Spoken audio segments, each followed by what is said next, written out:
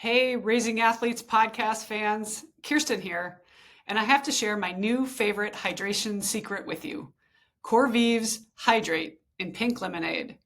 If you're looking for the ultimate hydration boost, this is it. Corvive's Hydrate is an NSF certified for sport, trusted by 4 Major League Baseball teams and 3 military bases. With 6 grams of pure organic cane sugar, it ensures you absorb all the electrolytes you need. And get this, it has 3 times the electrolytes and 4 times less sugar than those leading brands. Plus, it's developed using the World Health Organization's standards for oral rehydration solutions, making it the equivalent of a bag of IV fluids. Best of all, there are no artificial dyes or sweeteners. It's so perfect for the entire family. You can drink it any time of day, before, during, or after workouts or sports. So say goodbye to sugary juices and hello to superior hydration with Corvive's Hydrate in pink lemonade. Visit corvive.com. That's CORVIVE.com. And use promo code Kirsten. That's KIRSTEN for 30% off your order. Try it today and feel the difference. Hello and welcome to the Raising Athletes podcast. My name is Kirsten Jones. I'm a peak performance and sports parenting coach, the mother of 3, the author of Raising Empowered Athletes, a youth sports parenting guide to raise happy, brave, and resilient kids. And I like to say, I am in the trenches. I am making all the mistakes, falling flat on my face, standing up and doing it all over again. So I love having people on who are also taking big swings. I think it's so important when we can learn from each other.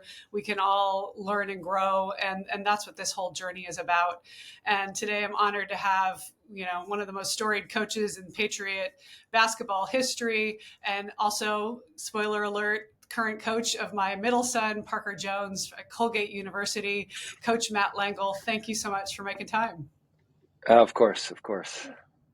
So much fun. So I love to start with people's background because the ball stops bouncing for us all at some point, but I always find it fascinating as to how did we get into the career paths that we get into?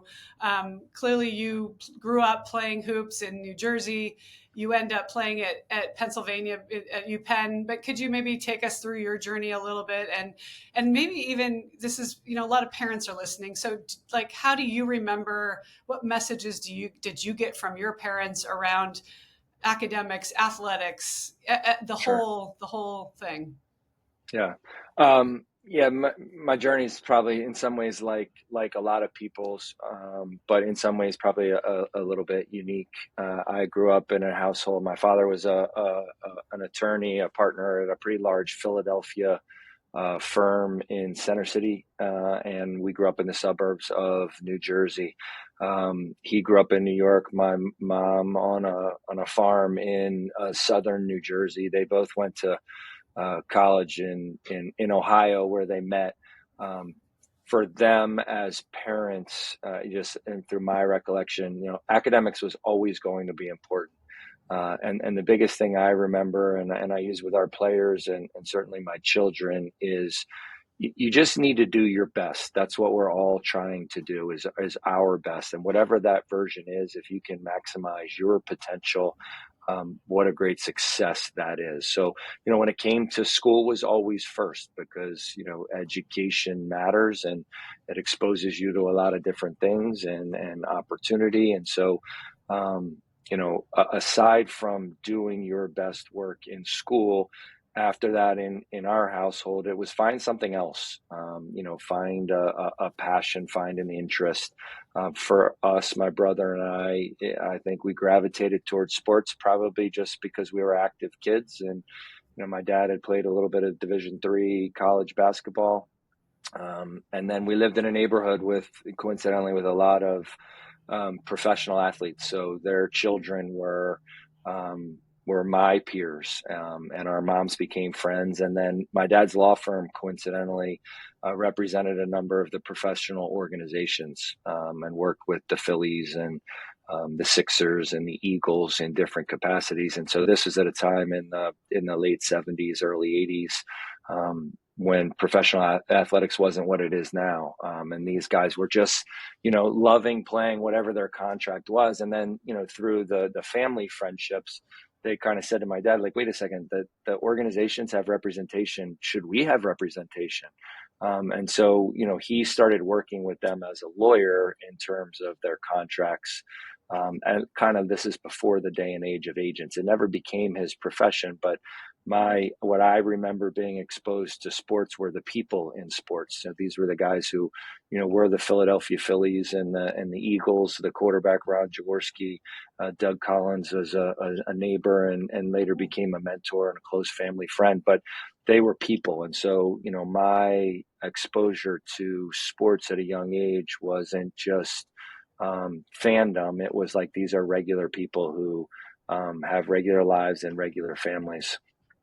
Fast forward through high school, I did get to a point where I was started to recruit. The combination of academics and athletics, like I mentioned, was really important. So led me to the University of Pennsylvania that you mentioned. And I played for just an icon of a coach, but also just as importantly, or more importantly to me, a man in Fran Dunphy. And so, other than my parents, probably he and his coaches and the program helped shape my life and who I was going to become, and, through good times and bad times and hard work. And, to me, the true value of sports is having those experiences and relationships and memories. I did not want to become a coach. That's for sure. I knew two things. I didn't want to be a lawyer like my father. He loved his job. So I did want to love my job. But I went to the Wharton School of Business, and I really didn't know what I wanted to do. I pursued professional basketball for a few years overseas, and in staying in touch with the people that I went to school with. Hey, how's work? How is Wall Street? How is, investment banking? How is, consulting, those different areas that people go into where I was from. I rarely, I should say not never, was finding, what my dad brought or what Coach Dunphy brought, in that they loved their work. It was a passion that you could feel. It was much more of, well, I got a $50,000 bonus, or a car service picks me up, or we sat courtside at the Knicks game, and it was kind of the ends justifying the means, and that's not what I wanted. And so basketball had always provided that in my life, a passion, a joy. Like, it wasn't a sacrifice, because I loved putting in the work by myself and with my teammates and all those things. So, it was just kind of how these things happen. I was supposed to go back overseas to Italy with my now wife. And the job just kind of fell through right in August when an opening on Coach Dunphy's staff at the University of Pennsylvania popped up. And, he and I had talked about it a little bit. And so I kind of jumped in with the freedom of going back and playing if something happened. That's the type of person and coach he is.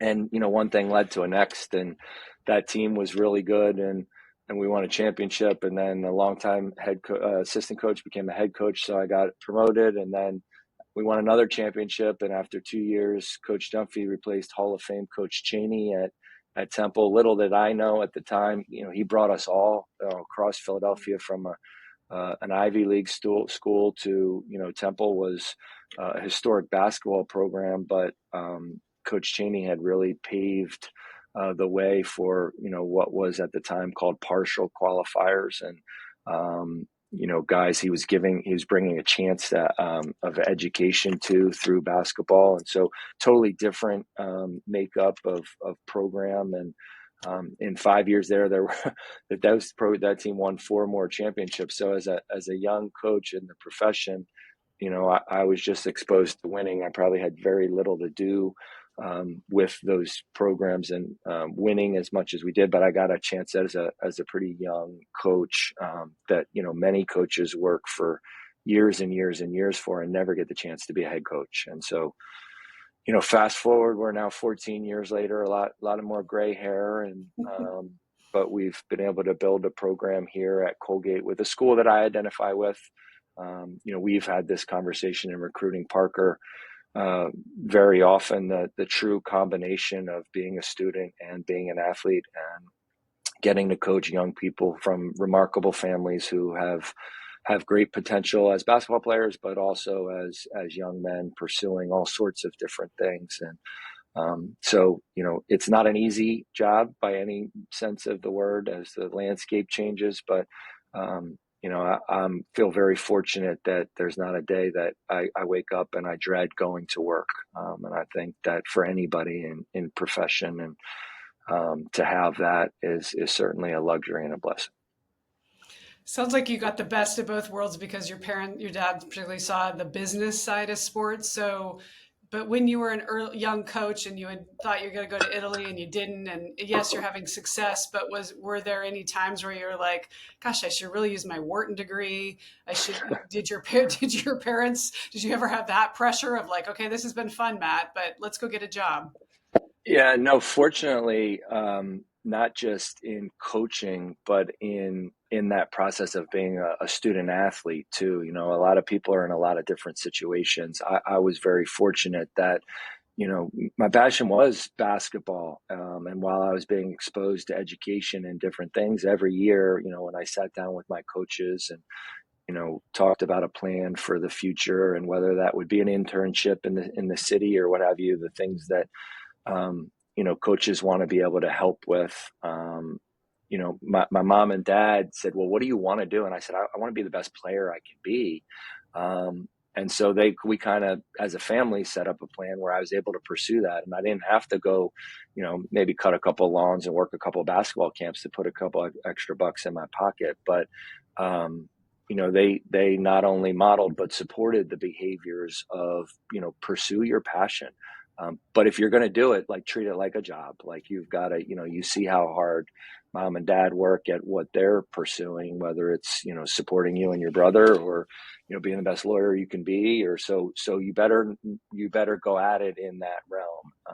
And so, as an assistant coach, it was the same thing. I mean, my first year, they, didn't kick me out of the house. I made a little bit of money overseas playing, but I was a volunteer coach. And so, I was living at home and commuting across the bridge, and they supported that and still do to this day. I mean, if we're playing somewhere, they're on a plane or driving to come and support. And I think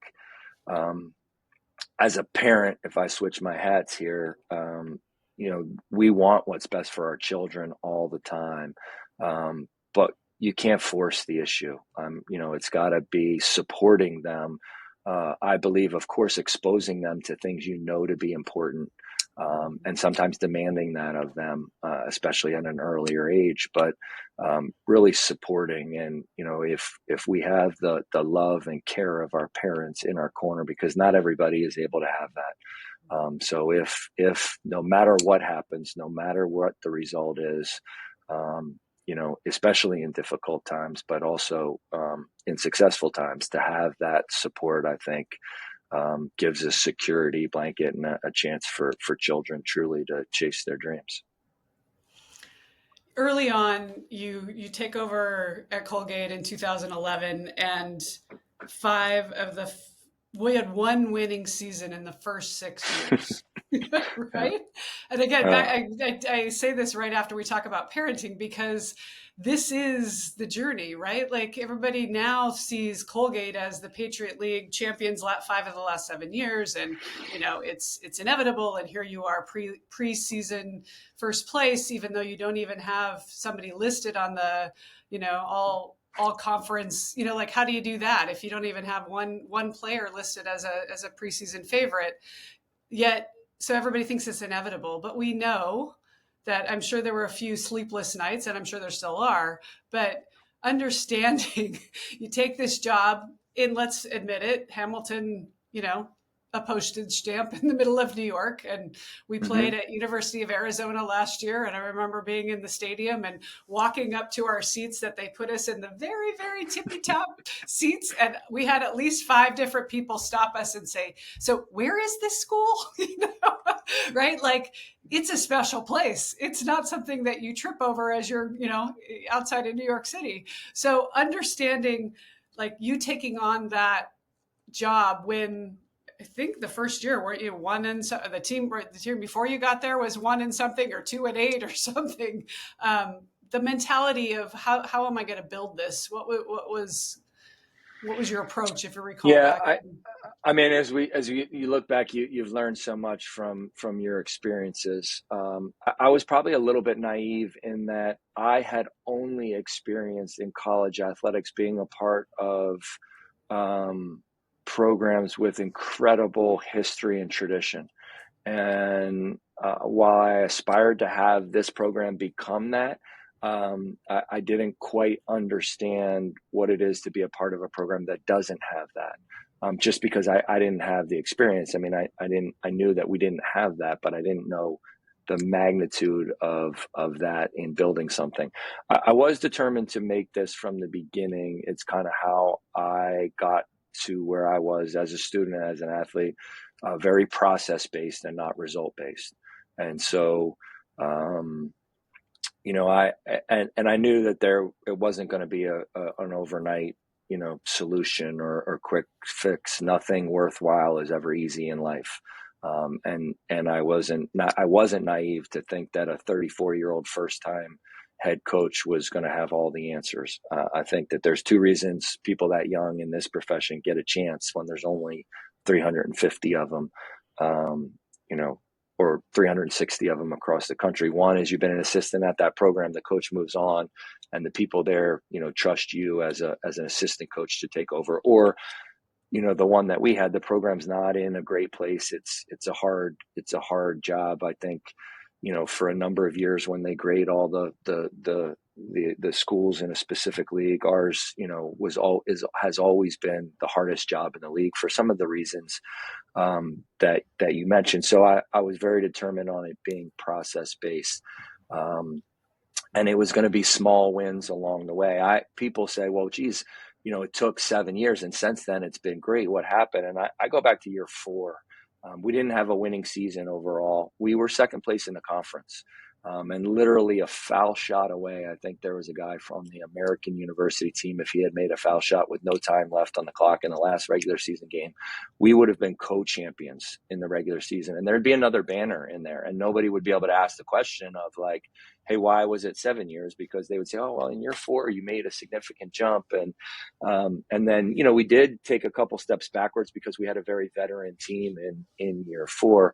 But I think the foundation was in place. And so, coaches all talk about culture and it's a little bit of a buzzword and cliche, but I think that was our focus to little by little, try and build a program that, embodied certain standards and that the student athletes lived by those standards and were part of recognizing those standards and creating those standards.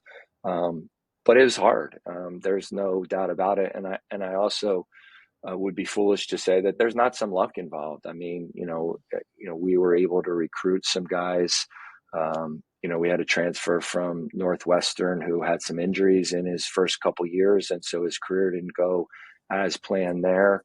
The coach was one of my best friends, so in figuring out that process, Rapolis joined us and was immediately player of the year. We had a guy from San Antonio, Texas that, when we first recruited him, Jordan Burns, he kind of same as you said, what Colgate, where's Colgate? And he was more comfortable with a Division II school in Texas. And fortunately had a mentor in his life that said, well, you should rethink this because going to a place like Colgate can, change a lot of things in the future of your life. And so there's some good fortune along the way that goes into, helping create those things. But I think, as I look back, a significant number of years, it was really being committed to and sticking to the process, and then finding people who are going to want that and be willing to put in the time and buy into being a part of that, whether it's the basketball process or the off-court things that we demand of our guys, and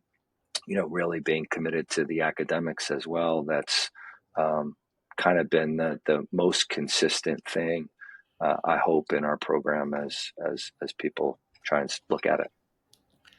And I think another little history lesson for many people don't know. Last night I was here in Los Angeles at a Colgate event that was about alumni in music. And one of the panelists played at Colgate basketball in 2009 through 2011. He was the first year that the Patriot League had scholarships.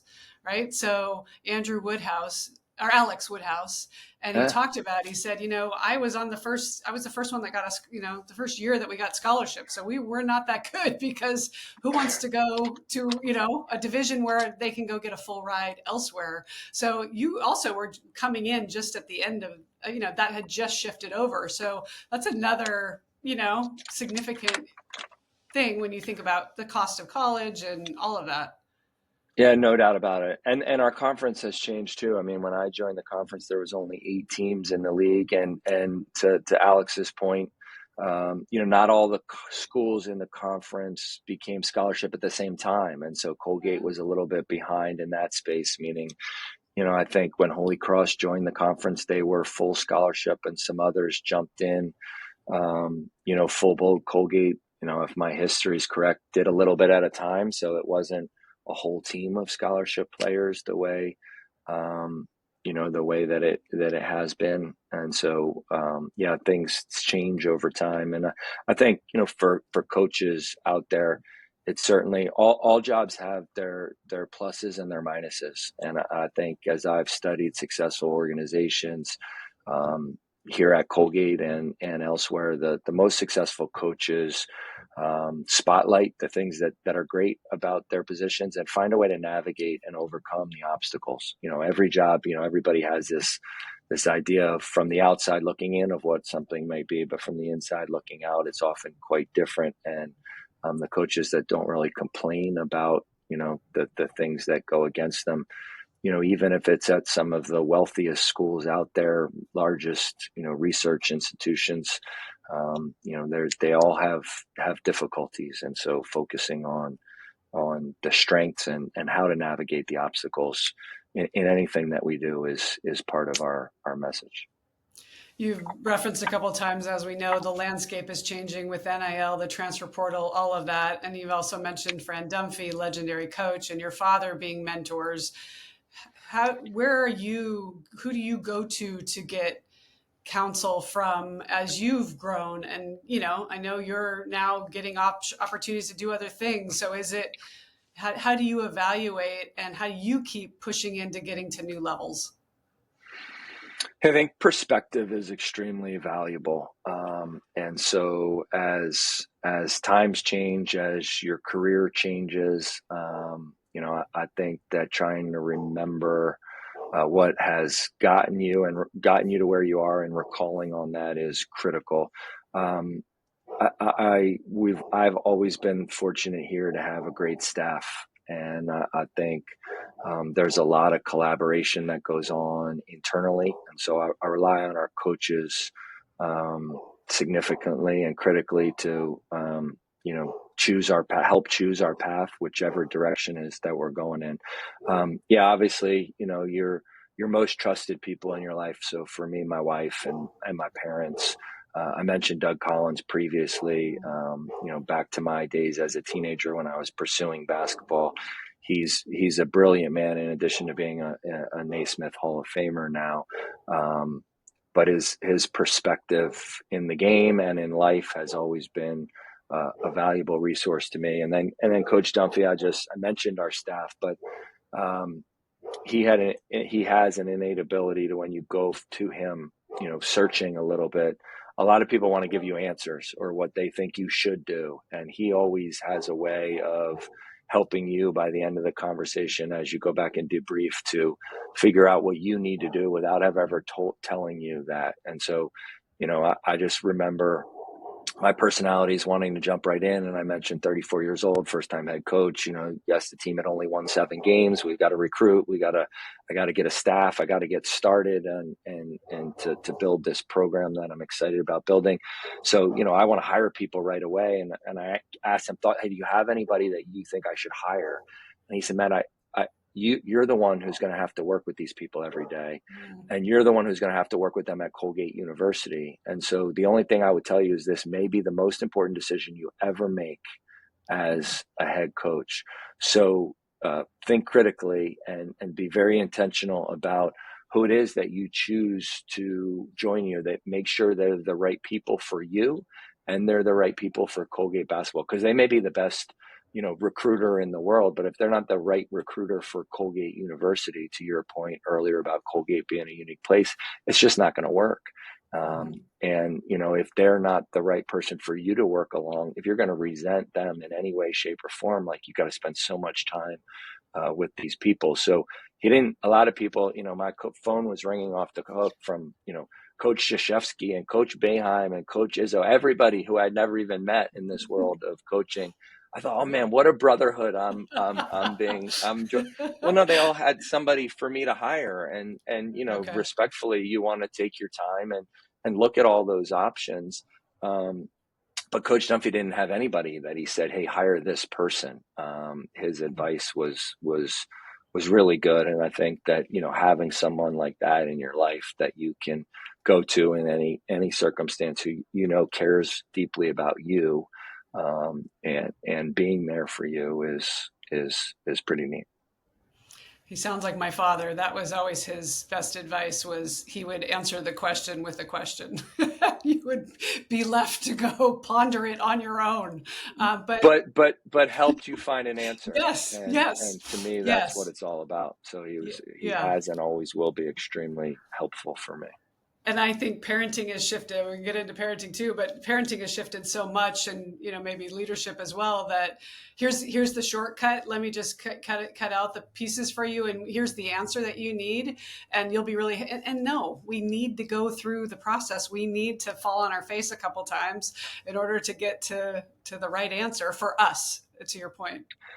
Yeah, eventually you're going to, is my outlook. I mean, I deal with that with our 16-year-old daughter. I mean, she's a high achiever in school and sport in our community. And eventually, no matter how good you are, you're going to face adversity. And until you face it, you don't really know how to deal with it. And then you kind of, like you said, you pick yourself up. If it was only ever winning, if you didn't ever lose, winning wouldn't be worth anything. Like, if you only ever found success, then that would be your normal. And how successful would it be if that's, like, if you didn't have to work hard for something? So yeah, for me as a parent and a coach, again, we are in a result-based profession, right? Like, if you don't meet standards and win enough, then you're probably not going to have your opportunity, or continue to have your opportunity. But it's the reward is in the journey. It's in the process. It's in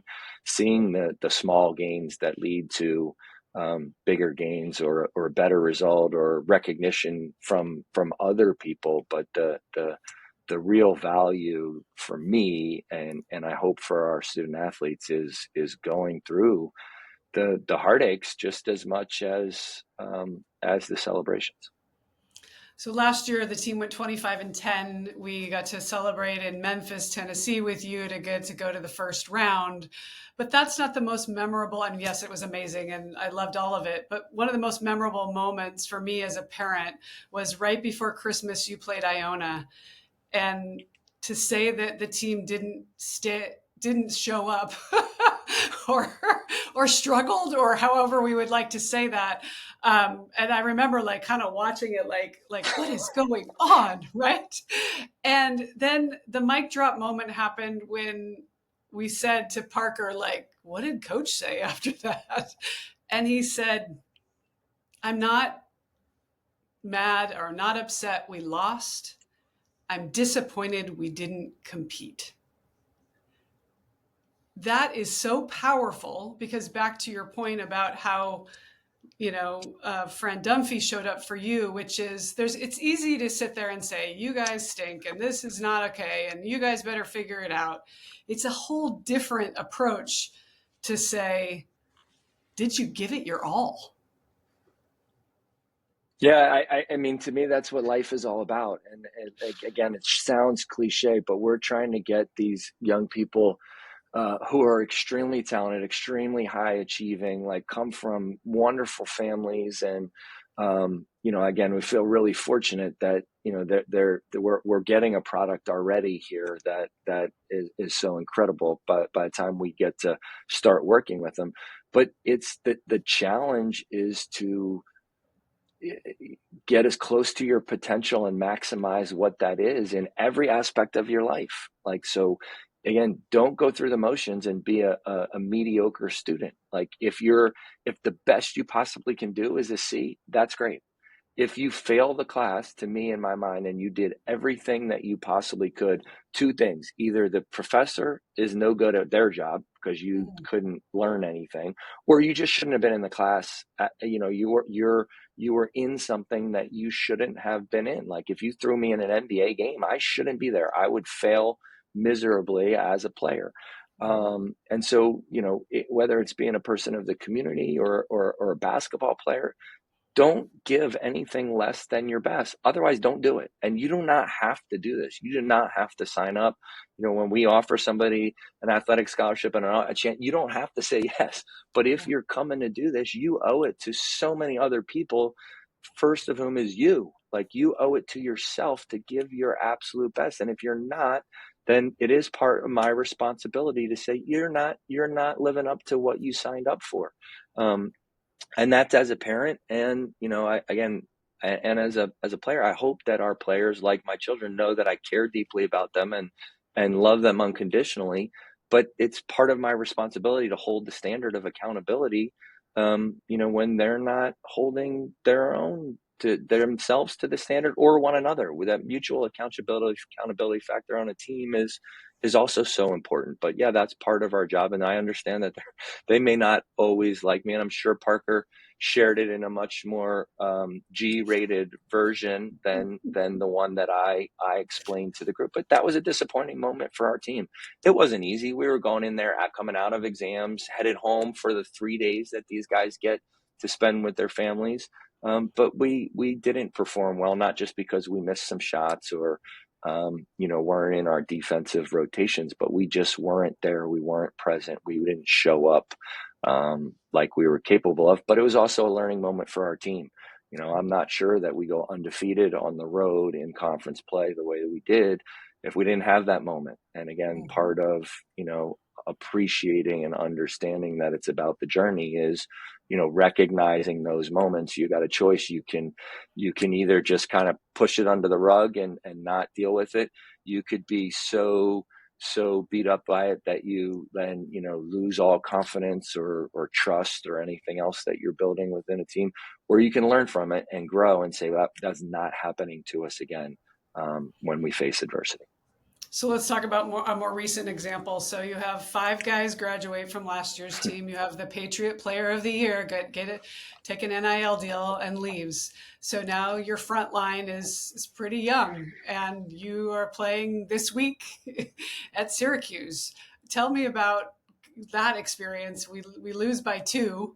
What is the mindset going in? How do you schedule your preseason? This is so we can learn? You're always playing such tough competition. Yeah, there's a lot of things that you take into consideration for scheduling your non-conference. For me, it's always been in part we're coaching the experiences and memories of these young people, right? So I was a student athlete. It was a long time ago, but I remember what it was like playing at Fog Allen Fieldhouse. And I can't exactly tell you what the score was. I remember we lost by a lot of points. But I had that experience. I remember we're going to take our team to Rupp Arena and play a nationally prominent Kentucky. I played in the preseason NIT at Rupp Arena. We were more competitive in that game, I think, than we were at Gonzaga, but you're coaching the experiences and memories of young people. And so we want to put them in situations that they'll remember forever and help shape what their experience is. We're also trying to get a team ready to compete for a Patriot League championship. And so, having some of those moments against bigger, stronger, faster, more talented individuals, emphasizes our need for one another and to be a team. And while we've got some great individual players, that you really in those moments can't rely on your individual talents, that you've got to be a team if you're going to have a chance to compete. We try, and it's become increasingly difficult to get our guys close to home at some point. You have the experience now. Your son is all the way across the country. We've been making the calls already to try and get Parker and Jalen back. Whether USC will choose to play us now that we kind of have more people know about us. It used to be that we could play anybody. They would say, "Yeah, sure, you can come out. We'll have you." Now less so because we're good. So Yeah. that's becoming increasingly difficult. But all those things factor into the equation. Some of the Central New York teams that would make it convenient for our guys not to have to miss a lot of class time, the Binghamtons, the Siennas, the Albanys. We do play Cornell, which is a nice, upstate New York rivalry every year. They're not as willing to play us in those home and home series. So a lot of different pieces that go in. It so happens that, like you said, as we have a less experienced team, our schedule, in my estimation, is the hardest it's ever been. So, nobody feels bad for us, on the results, and, a 2-point loss is not a win at Syracuse, which we've been able to do a couple of times in the last couple of years, as we've also played very close games with, that nationally relevant and program. But you just have to stay in the process and the journey. And I understand that sometimes you need some validation to that process with a result, with a victory.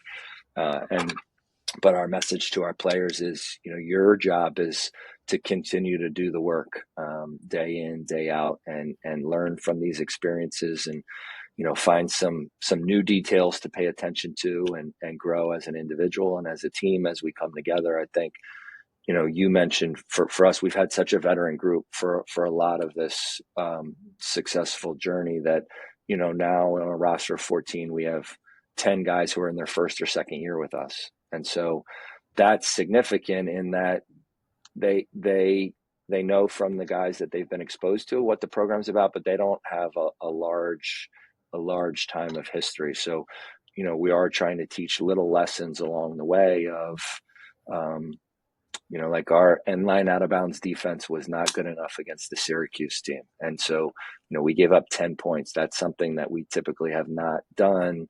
And so, are there a couple more details that the guys on the court can learn in those moments to help us in the NC State game, or, in the Harvard game, or whatever is coming down the line? That's kind of the job of a coach, is to teach the guys you have. Whereas, when you've had a guy or when you have 5 guys who have been out there for 3 and 4 years, or 4 with one less experienced guy, some of those things take care of themselves. So it never gets old as a coach, I can tell you that. And I do enjoy that being a college coach, you do get to see these. It keeps you young in a sense that, there's always a new face. And right now we have a lot of new faces. But it's kind of a neat thing as a coach to be a part of young people at that age and space of their life.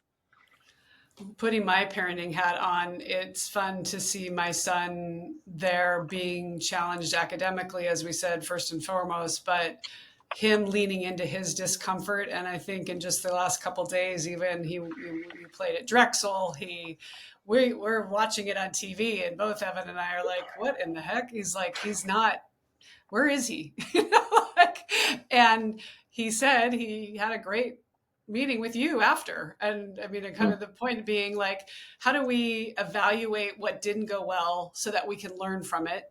The focus on the process, not the outcome. And he said he had a great meeting with you and I think, the larger question is, you're coaching 14 different personalities, I'm sure. No 2 kids are exactly alike. You have your own style. You like things done a certain way. But then how do you help, Parker has a different need than Jalen, then, like each kid is kind of wired a bit differently. But I love the opportunity for them, and as a parent, as them to like, it's okay. Your messaging seems to be like, again, I'm looking for you to do your best, not be the best. I'm not looking for you to be Tucker Richardson. I'm looking for you to be the best Parker Jones you could be. Yeah, it's what I want for my own children and they're all different. And it's a fascinating study. Like they're raised in the same house by the same parents with the same food, and they're different, and their motivation is different, and their responses are different. But so I've tried to adapt and change what we do based on what's needed. The way that I was shown film is how I started using film when I became a head coach. And then, just in talking to other successful coaches, if I'm asking them to be the best version of themselves, I would be silly if I wasn't trying to be the best version of myself. Well, I can't stay where I was. I've got to continue to try and find a new best practice or a way to improve what's already working, even if it's only, the smallest percentage. And so, in doing that, I try, and there's a lot of ways to teach, and sometimes it's on a whiteboard, and sometimes it's by telling, and sometimes it's by showing, like physically in a workout. Sometimes, video is a really great way. Video of when it doesn't go well, what you could have done better, but also video of like, hey, here's what somebody else did well, and you can do this, or here's what you did well, and this is what you need to try and repeat over and over again. So, again, I'm fortunate to work with a group of incredible coaches who care deeply about the team is always going to take priority over the individual.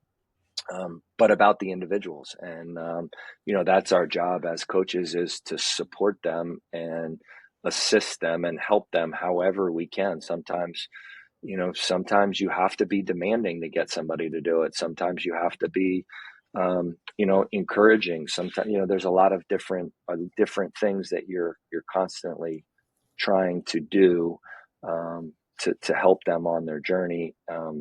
The ones who have done it the best want to be helped. I can tell you that the best to do it want to be coached.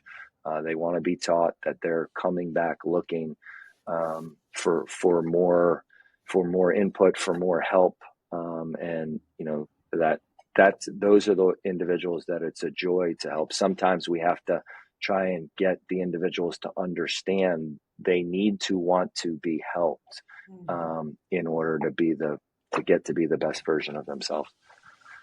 I had a mom on the phone yesterday who has a 13-year-old, and Jack is so talented, and he's big and he's athletic and he's unstoppable. And then he turns 13, or he's going to be turning 13 in a couple weeks, and he gets up to the plate and he can't hit a ball to save his life. And both my husband and I are looking at each other like, what's going on with Jack? Like, this has never happened before.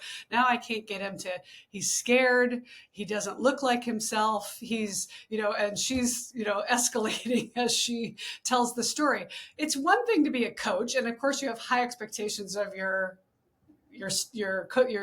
athletes, but when you wear your parenting hat, are you as cool and as calm on the sidelines when you're watching your kids go through, miss pitch after miss pitch?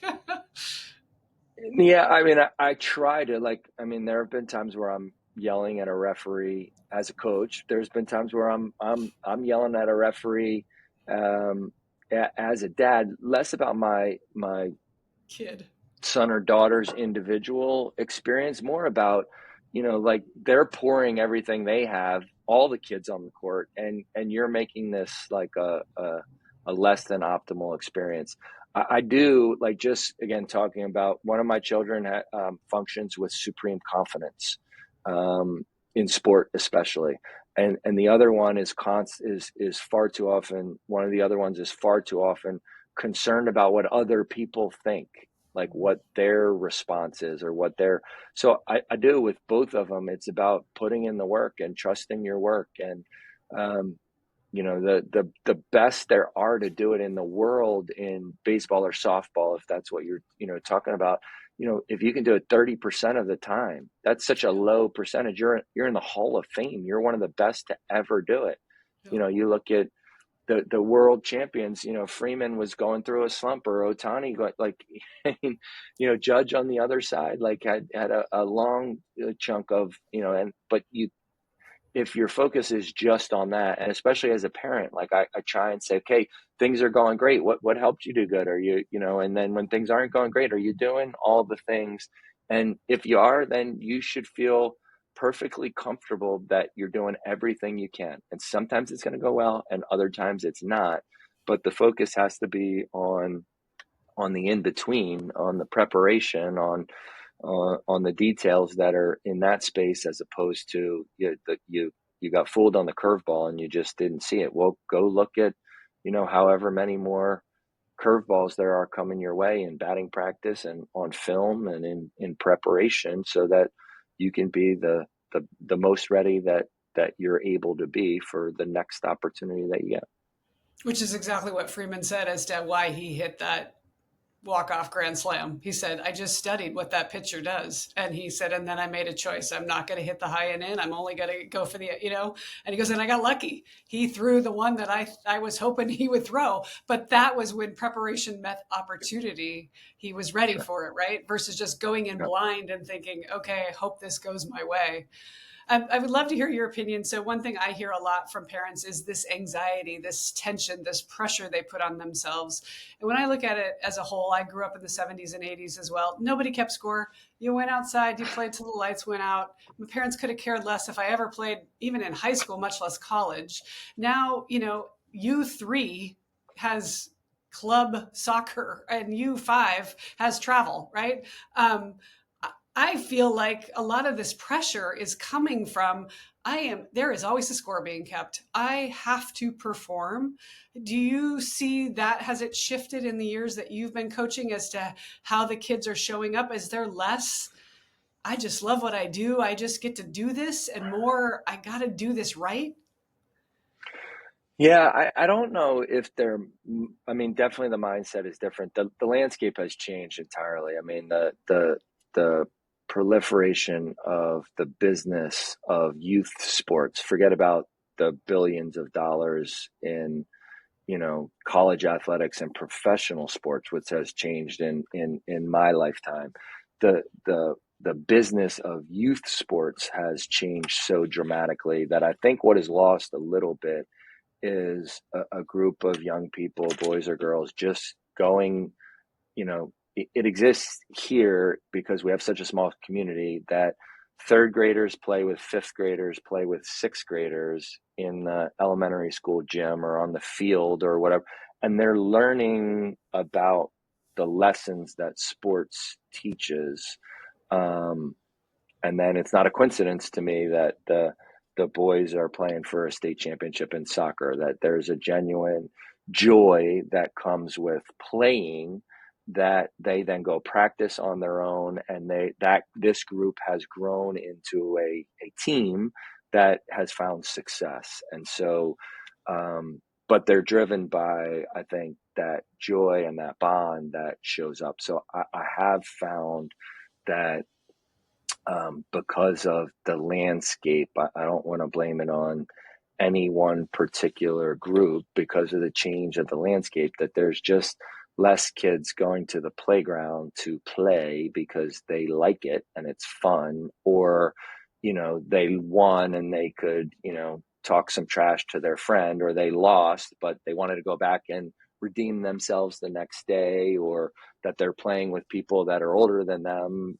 and learning that, well, if you don't win, then you're going to be sitting on the sideline and waiting for 30 minutes to get your next chance to even play, because I'm on this team that's going to this city and traveling, and I've got a game at 8 a.m. and 12 p.m. and 4 p.m. And so I think there's a lot of factors that have changed or contributed to changing from what you talked about. You played till the lights went off, and then you went home and you had your dinner and, maybe watch cartoons or something, whatever. Like, the times change. And so I'm not saying it was better than it is, but it's definitely different than it was when I was growing up as a kid. And, again, the experience that my children have, I think is much different than what our players have, in that, most of our guys committed to playing basketball at a pretty young age. Whereas, my children here in this community, if you're a good athlete and you don't play multiple sports, the community, your peers kind of need you to be able to do that. And so that's kind of gone by the wayside, because, if you really love something, you're aspiring to be college, well, it's that much more competitive. So I've got to train, and I need my own individual trainer and I need to spend 10 months of the year doing it. And there's all these different factors at play that I think are contributing to some of the pressures that you're talking about that young people may experience.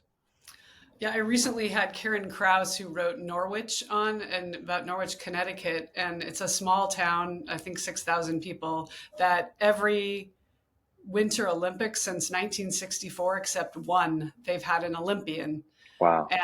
And it's exactly what you're talking about, which is you're growing up kind of the way you did, where the Olympian is teaching you how to do the, to do the jump, and it's just fun. That's what we all do. There's never any, this is our master plan and we're all going to be doing this 24/7 and it's the 10,000 hour rule, but it's the culture of, let's try, like the Norwegians, right? They don't even keep score until you get into your teens. They all play multiple sports. They all just love what they do. And then that becomes something like, oh, I actually happen to be really good at it, but I'm also really curious about how I can get better because it's never been a job. And that's what you hear now, with kids saying, it doesn't matter whether you want to play D1, D2, D3, it's a job. You have to be really prepared to go to, if you want to go to the next level, that you've got to be all in on that. And maybe we could transition a little bit and talk about recruiting. I'm fascinated by, there's 550,000, give or take, boys playing in the country. What are you looking for? As parents who are listening, some of them have these aspirations. What is the secret sauce? Yeah, I mean, I don't think there is. And I'm going through it with my own 16-year-old daughter right now. And the landscape of girls basketball is different than boys basketball. I do think it is really important what you just said.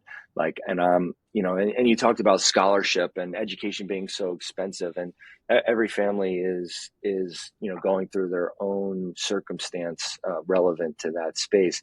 I don't think you should play sports or be pursuing a sport if it doesn't bring you joy, if you don't, as an individual, genuinely find you choose that over other things, not all the time. And you don't have to be so laser focused and not be able to have other parts of your life.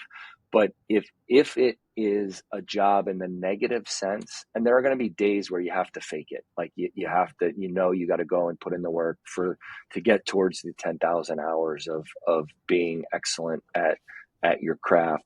But if there's not a joy in doing it, like for me, basketball, I could go shoot a ball in my driveway and there was some peace in that, right? Like there was some sanctuary. And then I could combine the individuality of basketball with what I love being a part of a team, like sharing with other people, that basketball became the perfect fit for me. But if it becomes like you feel like you're sacrificing too many other things, I tell kids this, like, if you're coming here, you're coming here to be the best student, to be the best player, to be the best person in the community. And if those are compromising other issues and that's a weight for you, this probably isn't going to be, like, you've got to want to go work out with a coach and go watch film with a coach and, make sure you go to bed to get the sleep that you need to sleep. And you might be missing out on something that other students are doing, but that's not a burden for you. So I think that in pursuing sport, like, that has to be at the forefront. My daughter says she wants to play college basketball. I don't, if she would rather be with her friends all summer instead of, out getting better and working out and on a circuit playing in front of college coaches, then I don't want her to play college, right? Like you've got to want to be pursuing that. It's got to be your passion, not someone else's passion. After that, for us, I mean, there are so many people. The academics at Colgate are elite, and it is of the highest level. And so, there are only certain students who have met a certain threshold that we can even consider whether they're the greatest player or not the right player for us. So, I tell young people all the time, one, because I believe in it, two, because it's only going to increase your opportunity. If you're pursuing college, like, be the best student you can be. And if that means going to talk to your teacher when you don't do well on a test, to get some extra help, to be more understanding, like that's only going to increase the scope of places that might be an option for you. And then, for me, for us, you mentioned it before, where Colgate is in Hamilton, New York, which is a postage stamp in beautiful rural upstate New York, but that's not for everybody either. And so we need to have people, again, it can't be a burden for you that there's not a Chipotle in and around. Like, I mean, everybody laughs when I say that, but It's true. if you need, if you need, a lot of buzz and city life and, museums and five-star restaurants and all these other things that the world has to offer, then that's not. So we need to find the right people for Colgate. People are coming here for that combination of everything, because that's when you do your best in life, in my opinion, is when you're at a place that you enjoy, that you like, that you're successful. Difficulties can create, some strong traits and characteristics, but if you're having to, do that on a daily basis over the course of time, to me, you're not in a position to maximize who you can be in those different spaces. So I believe another important factor is who makes the final decision. And I remember when you called to ask if Parker had made his decision, and I thought, this is it. He's going to give me the ultimatum and say, I need an answer. Give me, you've got 24 hours. The house is up for sale. Do you want to make a bid or not? And you actually said the opposite. You said, I remember being 18. I remember not being able to make a decision. Talk to me about how, like, what you see with the parents that you deal with around, and like you said, it's a special place, but I think it's wherever you go. I always say it's the broken leg test. Like, are you going to be happy there, even if you're not starting, even if you're not playing, Yeah. even if you're Right. injured, even if Right. basketball ends for you, like, Right. will this be a good fit? Yeah, I think that's important. It's what, it's what I'm going through with my own daughter. And we do in the recruiting process, I hope. I want to put our best foot forward, but I never want to trick anybody into coming to Colgate. Like, and it's part of why, like, if, we're not going to ever offer a scholarship to somebody that hasn't been here. Like, if you haven't come and seen this place and know what it is, then, we're kind of not wasting our time, but we don't need to get to that equation of talking about a athletic scholarship that's worth, over 300 and some $1,000, because this is a unique place. But I want my daughter to go to a school where she's going to enjoy being there. And she's grown up in this small town community and feel for what, a small school is like. And, her mom and dad went to school in the city that she was born in, on an urban campus that she's, been lucky enough to be around. And so, starting to help young people, I think, as parents figure out, I could have done both. I went to a city school, but I would have been fine on a campus like this, kind of in my own little bubble and in my own world where, basketball and school and my team was what I needed. And so kind of helping young people figure those things out. I love our higher education system. When I was elsewhere in the world, I realized that you couldn't study and pursue sport at such a high level, really anywhere else. And so I think it's great for student athletes, but I also think that it's such a young age that they really don't know in the slightest what it is that they're getting into when they have a chance to be a student athlete. So, as parents, as adults, as people who can guide, I think, helping them understand that what the difference is and what it is they're looking towards. Like I try and explain to every kid that we recruit, we're a small liberal arts college, and I don't know, 75% to 90% don't know what that is. And so to be able to understand, what that learning environment is going to be like, what that curriculum is going to be like compared to a major research institution like I went to. I mean, I think that's all part of the process of really helping young people understand what it is that they're looking for, and that I don't know is a good answer. I don't know exactly what I want, but then working towards finding that, because again, I believe you do your best and get as close as you can to your potential when you're in an environment that you like. my joke is we're asking 16-year-olds to make a decision about where they want to, or 17-year-olds where they want to be 2 years from now when they don't know what they want 10 minutes from now, right? And so we went through the same with both of our boys, who gratefully went through the process, but said, and with Parker, he was like, I want to be in a big city. Like, that was his biggest thing. And you're like, based on what? Based on the fact that he lives in a big city, right? Right. Yet Right. he chose the opposite ultimately, Right. because he Right. kept peeling away the layers of what's the most important to me. And I think it's fit. It's figuring out, is this staff? Is this learning environment? Is this, is the team dynamics?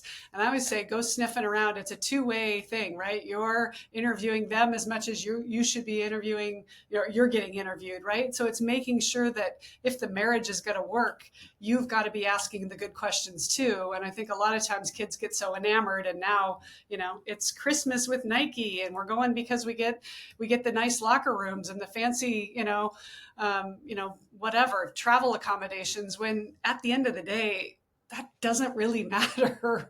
I went to William and Mary, where we had an unair conditioned gym with above the swimming pool in August in 95-degree heat with 120% humidity, and a closet for our locker room. And you remember the grittiness of that experience, and that's what brought us all together. So sometimes I think the opposite can be a barrier to entry, a barrier to actually having a great experience, rather than what we see on social media as, oh, this is going to be great because, they have all the Well, bells. I think that that's the charge for everybody, and those guiding the individuals is what is important to you. We have a championship program.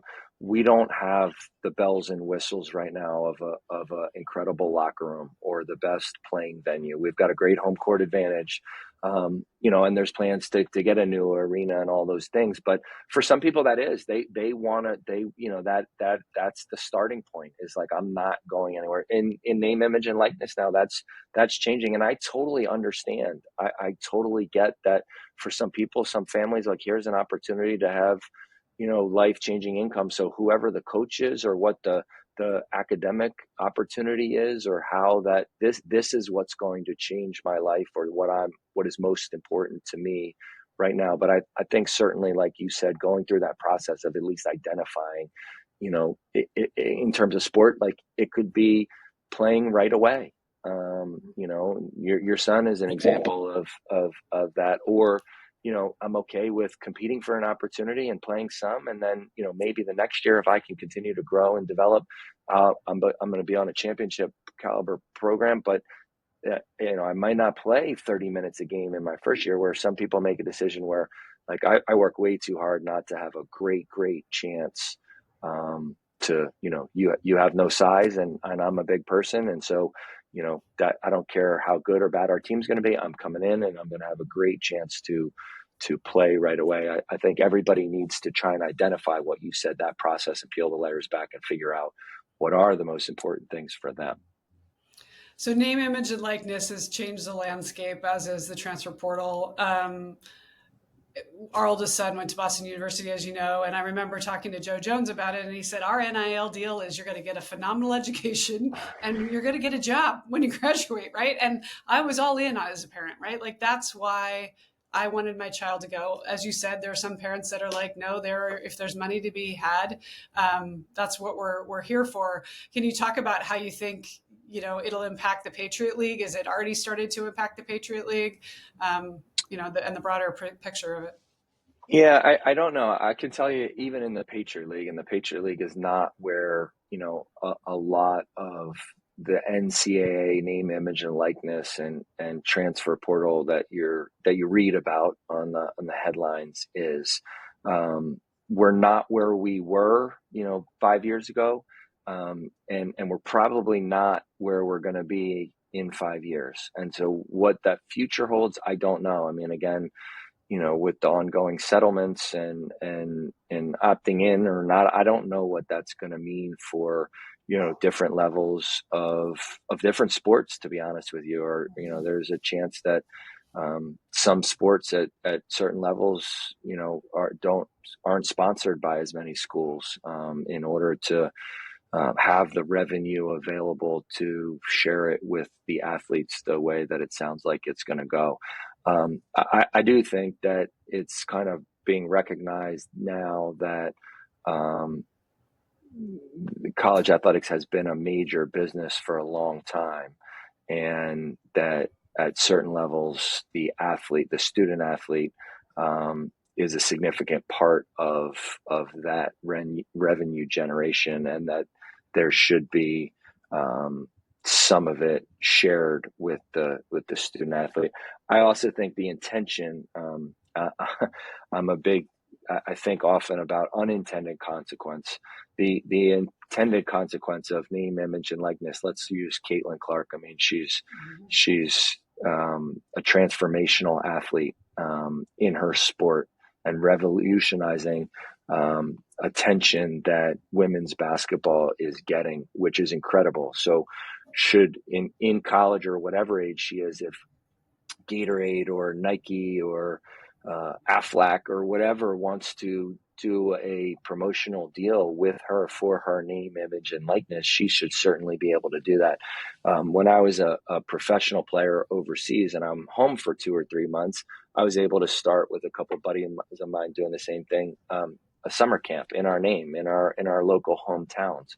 Well, that's something that when Parker comes home, he should be able to train kids and use what he's learned and who he is, and that he, in his high school environment or his town, that he's made a name for himself. He should be able to monetize that as a young person. Some of the roundabout ways that it's again a cutthroat competitive industry that people and supporters are going to try and navigate the landscape has made it pay for play, which again was not the intention of the change of the rules. So, I think there's a lot to come, and it's definitely changing on a larger scale. The monies available that some are seeking as a priority, as we discussed. Again, where it goes and how this thing lands, I'm very confident to say there are going to be significantly more changes that happen. Try not to spend too much time thinking or worrying about things I can't control. And so while not a lot of people are calling me up to ask my opinion on the national landscape, we're trying to do the little things that we can to support our student athletes and be as competitive as we can be for what's best for Colgate University and Colgate basketball.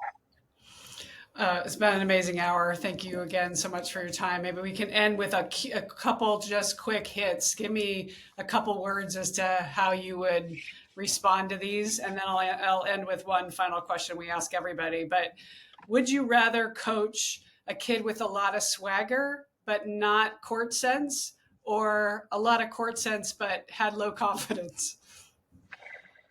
That's a good one. I mean, they're both like the delusional confidence. The best players all have that. But for us, the way we play, if you have no court sense, it's really hard to fit in with what we do. So I'll take the court sense, and hopefully the productive outcomes will lead to some growth and confidence. Can you teach swagger? Do you think it's something that can? No, I think with growth and development, especially at this age, that that confidence can be learned. I do. Okay. What's the hardest type of athlete to coach? If you're listening to parents out there who think their kid's the best, has all the talent, but what's your worst nightmare is to get a kid in your program that does this? Yeah, I mean, thinks they're the best and that they have all the answers. I think, again, we've had the most success with young people who are really talented and know that they're talented. I think that's a good thing, is to have confidence, but are also seeking more, that they're not satisfied. They don't have a solution or an answer to everything. They want to hear your input. They value what you have to offer, them. But somebody that has all the answers or knows everything already, that makes it really challenging to try get through to them. What are the best? Can you think of an example? It doesn't have to be a name, but the kid that had the most upside. Like what are the pieces of the ideal the clay that you can mold? What are the pieces that they have that give them no ceiling, as people like to say, or a high ceiling? Um, yeah, I find to me like I mean, the less like somebody who there's room to grow because they haven't been doing this 365 days since they were 3 years old. Like they're pretty modeled already in terms of growth. So somebody that we like some of what they do. They play really hard. They're a great teammate. They have some skills of the game that we already value, but we see areas of growth or improvement. For us, especially like if we're a recruiting guy and he already looks like LeBron James, there are probably some deficiencies at some point that, if he was as talented as LeBron James in the basketball side of things, then maybe he would have he wouldn't be coming to Colgate. So, a guy that's, a little bit skinny or slight or, not yet, as physically advanced as some of his peers are things that we think that, over the course of a career can develop and grow, and we can help them. And what about do you have any fun success stories? And I'm not talking about their names in the banners, but that they were the walk on or the one that nobody recruited or that just did the work and showed. And maybe they didn't end up getting the playing time, but they hold a special place in your heart as a coach because of who they are. Yeah, there's a lot of them, and it goes back some time. I mean, two of them are on our staff right now, and Damon Sherman Newsom and Pat Moore. Damon did develop into was from Alaska. I tell people all the time, if he was from California or certainly New England, he probably would have gone to a prep school or reclassified. He ended up going to a junior college, not because of that he wasn't qualified academically. Found his way here. I don't think with any other Division I opportunities. It wasn't overnight, but became a first team all league player because he did the work, because he learned from coaches that really put a lot of time and effort and energy into him. Pat Moore got injured and he didn't turn into an all league player, and he wasn't recruited by our coaches, but he bought in and invested and was a part of that team that, could have been a championship team and cared enough about what we were doing to come back and be a coach here. And then, in these recent times, I give all the credit to the players. Like, we've had first team all league and player of the year guys who didn't have any other Division I scholarships. We had a guy who transferred from a Division I scholarship because he wanted to come to a place like this, and he joined us without a scholarship or any guarantees. His family was paying for him to go here, and he ended up leading the country in 3-point shooting and turned himself into a professional player. And so a lot of guys who have done the work, but didn't take all the credit, and they were willing to be. It was more enjoyable for them to be a part of a championship team or a team that had a chance to compete for a championship than get the next individual accolade or, whatever it was that other people were seeking. So, last question I'll ask, we like to ask everybody, how would you finish this statement? The best athletes I know do this.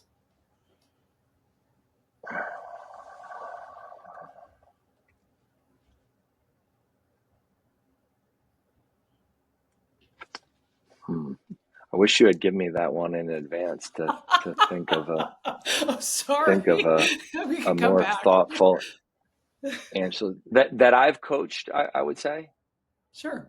Is that the yeah? So I mean, and it doesn't have to be coached. It could just be you've been around all these pro athletes, and look what are the ones that really stand out to you. And it doesn't have to be a word. It can be a statement. Like the best athletes I know, this is what they do.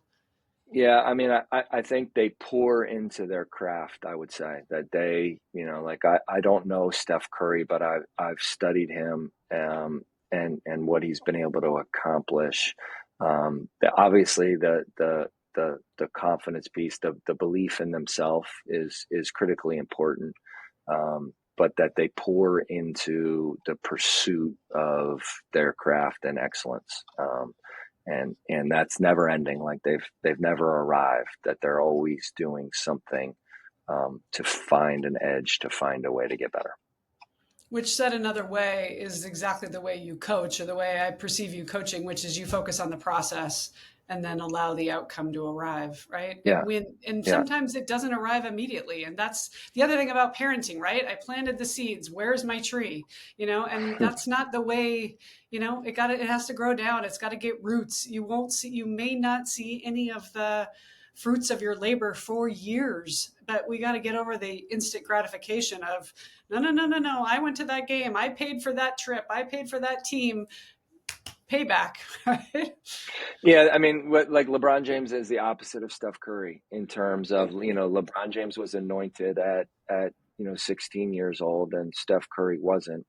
But they're both been so committed to their journey, to the process, to every step of the way, that wherever it is that they've never arrived, whether they're, at the pinnacle or they're back down somewhere else, that they're always in pursuit of, that next thing, and attacking, like genuinely attacking, not sitting back, and waiting for it to come to you. They're always going after it with a plan and with a team. Like they're not, nobody who I know who has been successful, the guys that we've coached, they've always been receptive to others helping them get to where they're trying to go.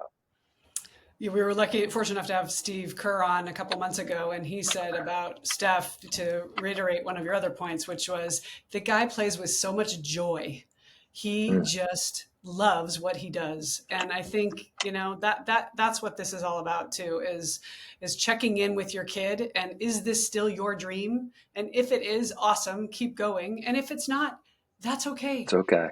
It's okay. The whole stuff. Find something though. For young people, my thing is find something though. And I mean, I guess with esports and stuff, it can be video games today, but like to me, find something. If it's the piano, awesome. If it's being, in performing art, like find something that, in addition to your schoolwork. And everything you've learned in sport are going to be tools you're going to use in undergrad and grad school, or, your job or your relationships, life. Exactly. Yeah.